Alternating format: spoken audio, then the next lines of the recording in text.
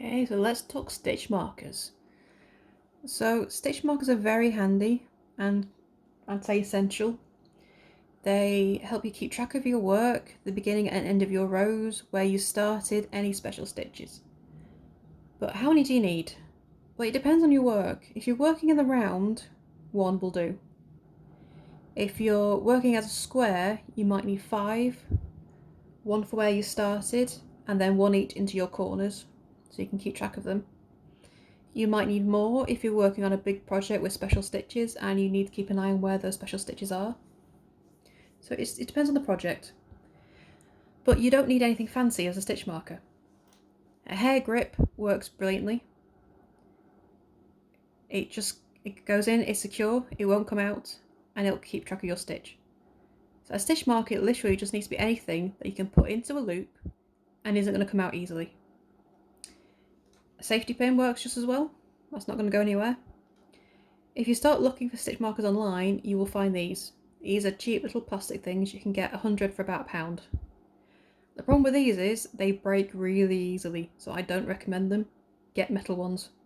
Metal ones will last you forever. These, they break so easily. They're just like a little lock, but it doesn't take much of doing this for them to snap. And you can actually go through them very, very quickly. So stay clear of the plastic ones, please, because you will end up just buying millions of them. Metal ones are far better.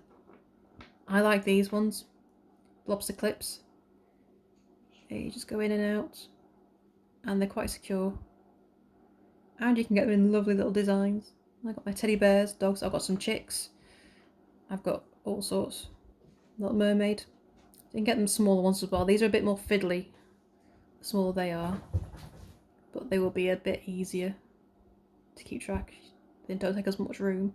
Again, they're just little lobster clips. They're a bit more fiddly. So these bigger ones are perfect. Collecting stitch markers can become a bit of a habit. They can be so pretty. But that is all there is to it. You just need something that's going to go into the loop of yarn and stay put. Nothing fancy required. I would recommend you getting at least 10, because once you start crocheting you'll find that you probably have several projects on the go at the same time. If you're anything like me, I think I've got about 4. I need to get some finished. But that's all a stitch marker is. That's all you need.